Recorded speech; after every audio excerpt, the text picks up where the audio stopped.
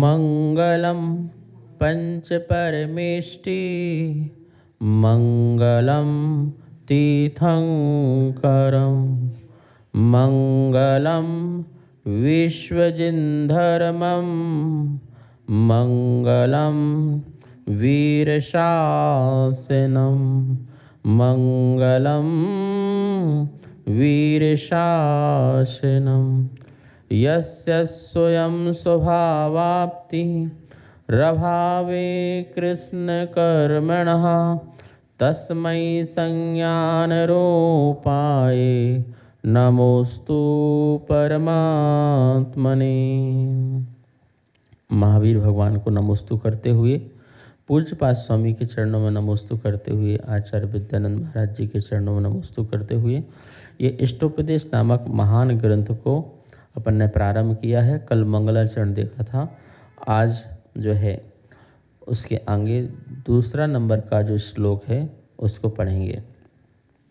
दूसरे नंबर के श्लोक में जो है निमित्त उपादान की सिद्धि करेंगे, निमित्त की भी और उपादान की, इसके विषय में समझेंगे। पहले इस श्लोक का उच्चारण करते हैं। योग्योपादान योग्योपादान योगेन योग्योपादान योगेन दृष्टः दृष्टः स्वर्णता मता दृष्टः स्वर्णता मता द्रव्यादि स्वादि संपत्ता द्रव्यादि स्वादि संपत्ता वात्मनो वात्मनो प्यात्मता मता प्यात्मता मता वात्मनो प्यात्मता मता योग्योपादान योगेन दृष्टः स्वर्णता मता द्रव्यादि स्वादि संपत्ता वात्मनोप्यात्मता मता। इस प्रकार से श्लोक का उच्चारण हुआ। एक एक शब्द का अर्थ देखिए।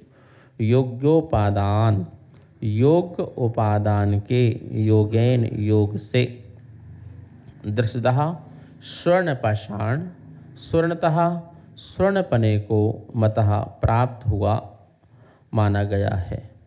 उसी तरह द्रव्यादि स्वादि स्वद्रव्य क्षेत्र आदि की संपत्तः प्राप्ति होने से आत्मनो आत्मा अपि भी आत्मा भी आत्मतः परमात्मने को प्राप्त हुआ मता माना गया है। इस शाब्दिक अर्थ है। इस श्लोक में ध्यान देंगे। योग उपादान योगेन, संधि निकलेगी योग प्लस उपादान प्लस योगेन। योग उपादान, उपादान मतलब क्या है? उसकी सामर्थ्यता, वस्तु में क्या होना है उसकी सामर्थ्यता का नाम क्या है? उपादान है। यदि उसमें सामर्थ्यता नहीं है तो वो वस्तु उस रूप नहीं होगी। मिट्टी में सामर्थ्यता नहीं है कि वो रोटी बन जाए, ठीक है ना, पर गेहूं में सामर्थ्यता है कि वो पिस करके उससे रोटी बन सकती है। तो जिसमें सामर्थ्यता है उसका नाम क्या है? उपादान। मतलब कि कह सकते हैं कि वस्तु की अपनी स्वयं की शक्ति और शक्ति का परिणमन जो उस रूप हो जाए, प्रकट हो जाए, तो प्रकट हो गया तो उपादान सामने आ जाएगा। कभी कभी उपादान है पर प्रकट नहीं हुआ, शक्ति है पर शक्ति की व्यक्ति नहीं हुई। शक्ति की व्यक्ति होना मतलब उसकी प्रकटता होना, ये भी बहुत ज़रूरी है। जैसे हम भव्य जीव हैं तो भव्य जीव की तो भगवान बनने का उपादान तो है ही है, सामर्थ्यता है ही है, पर अभी उसमें प्रकटता नहीं आई, अभिव्यक्त नहीं हुआ। जब अभिव्यक्त हो जाएगा तो उपादान कार्य रूप में हो जाएगा। मतलब हम ये कह सकते हैं कि उपादान दो रूप से है, कारण रूप से, कार्य रूप से। कारण मौजूद है, अभी वो कार्य रूप में नहीं हुआ। कारण है, हम भगवान बनना है ऐसा कारण मौजूद है, पर कारण नहीं हुआ। हम कार रूप परमात्मा नहीं हुए। कारण परमात्मा है, कार्य परमात्मा नहीं है। कारण तो है ही है, निमित्त नहीं मिलते हैं हमें, अच्छे निमित्त नहीं मिलते हैं, या यूँ कहें हम अच्छा पुरुषार्थ नहीं करते हैं। यदि हम अच्छा पुरुषार्थ करें, निमित्तों को ढूंढें, तो हमें परमात्मा हमारे अंदर प्रकट हो सकता है। एक होता है उपादान और दूसरा होता है निमित्त, ठीक है ना। और ये निमित्त भी दो प्रकार का होता, अंतरंग निमित्त और बहिरंग निमित्त। अंतरंग निमित्त तो हमारे कर्म का उदय, वो अंतरंग निमित्त माना जाता है। बहिरंग निमित्त सामने नो कर्म आदि, वो बहिरंग निमित्त है। बहिरंग निमित्त भी तो मिलना चाहिए। विशुद्धि वाले परिणाम के लिए अंतरंग कर्म का उदय आए और बहिरंग में देव शास्त्र गुरु का समागम मिले, तो ये दोनों प्रकार के जब निमित्त संयोग मिलते हैं तो उपादान क्या होता है, जागृत हो जाता है। जैसे गेहूँ है, अब गेहूँ में अंतरंग निमित्त तो यही कि रोटी बनने की शक्ति है। गेहूँ में रोटी बनने की शक्ति है ना, है कि नहीं, अंतरंग निमित्त। कच्ची बाली से रोटी बन जाएगी क्या, बोलो। जब कच्ची बाली होगी तो रोटी नहीं बन सकती ना। तो अंतरंग निमित्त अभी पका नहीं, अंतरंग निमित्त अभी पका नहीं। जब कच्ची बाली क्या हो जाएगी महाराज, पक जाएगी, तो अंतरंग निमित्त तो तैयार है। अब बहिरंग निमित्त क्या चाहिए, चक्की चाहिए, व्यक्ति चाहिए, निमित्त मिले तो क्या हो जाए, वो पिसे, तो बहिरंग निमित्त भी मिल गया। तो अंतरंग बहिरंग दोनों निमित्त मिलने से गेहूँ तो पिस गया। और फिर जितने में निमित्त मिला उतने में रोटी बनी। डब्बा तो पूरा भरा आटा से, पर आज तो एक कटोरी निकला ना, जिससे तो भवजी तो बहुत संसार में है ना, लेकिन एक कटोरी वाला निमित्त तो मिले, एक गुरु का निमित्त तो मिले, देशना का निमित्त तो मिले, तीर्थंकर का सुतकेवली का निमित्त तो मिले, जिससे वो अपने अंदर भव्यता प्रकट कर सके, अपने अंदर दिव्यता प्रकट कर सके, भगवान प्रकट कर सके। तो निमित्त और उपादान, ठीक है ना। उपादान तो अपनी अंतरंग शक्ति है, ध्यान रखना। निमित्त अंतरंग जो बताया मैंने वो अंतरंग कर्म का बताया, बहिरंग जो निमित्त बताया वो बहिरंग नो कर्म का बताया, ये बाह्य बाह्य हो गया, ठीक है ना। अंतरंग उपादान अपना स्वयं की उस समय होने वाली शक्ति। अब देखो उपादान भी दो प्रकार का लगाना, एक समर्थ उपादान और एक नित्य उपादान। नित्य उपादान त्रैकालिक, मुझ में भगवान बनने की शक्ति है, ये त्रैकालिक है। लेकिन जिस समय भगवान बनना है उस समय का उपादान समर्थ उपादान है। भगवान बनने की शक्ति तो है, ये बीज में वृक्ष बनने की शक्ति तो त्रैकालिक हो गई ना, आज वो कल वो परसों वो तो कभी बो सकते हैं, तो उसका नित्य स्वभाव हो गया। ये कौन सा स्वभाव हो गया, उसका वो नित्य स्वभाव हो गया। लेकिन समर्थ जो उपादान है, हम नित्य उपादान कह सकते हैं उसको, वो नित्य उपादान है। उस बीज में वृक्ष बनने का नित्य उपादान है। लेकिन जब तक किसान के हाथ न लगे और लग जाए और उसमें अंकुरित हो जाए, हम कहेंगे उस समय का वो समर्थ उपादान है। क्या कहेंगे, उस बनना तो नित्य तो है ही है। ऐसे मेरे में अनादि से परमात्मा होने का नित्य उपादान है और अनंत काल में भी आगे परमात्मा होने का नित्य उपादान रहेगा। लेकिन जिस समय जो कार्य होगा और निमित्त के अकॉर्डिंग, उस समय मेरा वो उपादान जो जागृत कहलाएगा, वो समय का उपादान मेरा समर्थ उपादान कहलाएगा। जैसे हम होनहार कहते हैं, जैसे हम भवितव्यता कहते हैं। क्या कहते हैं, भवितव्यता कहो भैया, ऐसा ही होनहार था। क्या होनहार था, हमारा आना और तुम्हारा महाराज बन जाना, ये क्या था, होनहार था। महाराजों का आना, व्रत नियम तुमको मिल जाना, ये तुम्हारी होनहारता थी।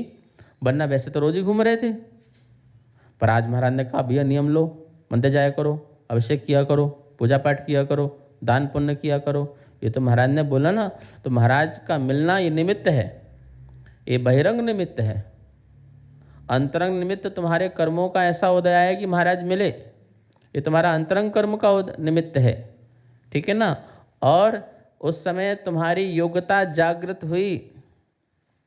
अरे जब अंतरंग कर्म का जो है क्षोभसम होगा, विशुद्धि अंश बढ़ेगी, तो आत्मा का उपादान भी तो क्या होगा, समर्थ उपादान जागृत होगा ना। और जैसी समर्थ उपादान जागृत हुआ तो उस समय सही देशना मिल गई, तो वो क्या कर जाएगा, सीधे अंदर, और तुम्हारे जीवन में बदलाव आ जाएगा, तुम्हारे जीवन में परिवर्तन हो जाएगा। तो इसलिए कहा जाता है कि जिस समय हमारे शांत परिणाम चल रहे हैं तो हमें निमित्तों की ओर भागना चाहिए। अभी हमें कुछ काम नहीं है, हम लड़ नहीं रहे, झगड़ नहीं रहे, और हम क्रोध नहीं कर रहे, मान नहीं कर रहे, मतलब इस प्रकार से ज़्यादा आक्रोश अवस्था में नहीं, हम शांत में है ना, तो उठो मंदिर जाओ, स्वाध्याय करने लग जाओ, जाप करने लग जाओ, ध्यान करने लग जाओ। ये तो गोल्डन चांस मिले हैं कर्म के उदय से, कि उस समय हमारा फ्लो जो चल रहा है कर्म का, वो शांत चल रहा है, क्षोभसम वाला चल रहा है, उदय वाला नहीं चल रहा, तीव्र उदय वाला नहीं चल रहा, मंद उदय चल रहा है। तो मंद के उदय में क्या करो, मंदिर जाना है, और बरसात का समय हो, हल्की हल्की फुब्बार सी हो रही हो तो निकल जाओ ना मंदिर, ठीक है ना। नहीं पानी रुकेगा तो जाएंगे, अरे तेज आ गया तो फिर क्या करोगे, फिर तो और भी।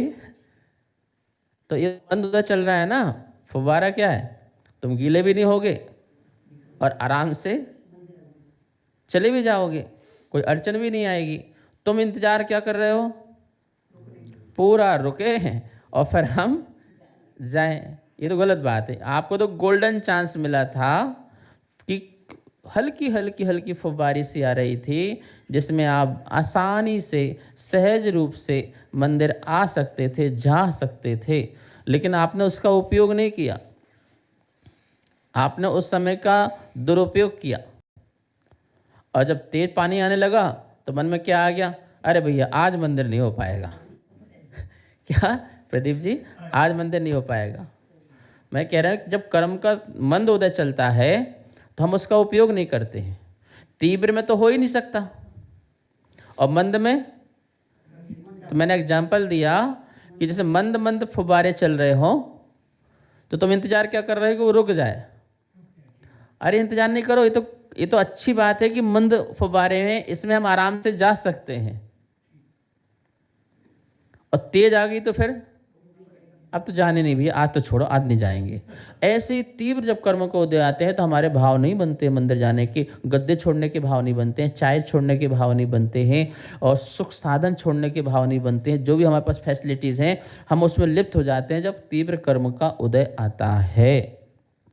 और जब मंद उदय आता है तो बिस्तर भी छूट जाते हैं, तुरंत सुबह प्रातःकाल उठ भी जाते हैं, नहा भी लेते हैं, और उठ करके मंदिर भी आ जाते हैं, पूजा पाठ कर लेते हैं, स्वाध्याय कर लेते हैं, जाप कर लेते हैं, सारी चीज़ कर लेते हैं।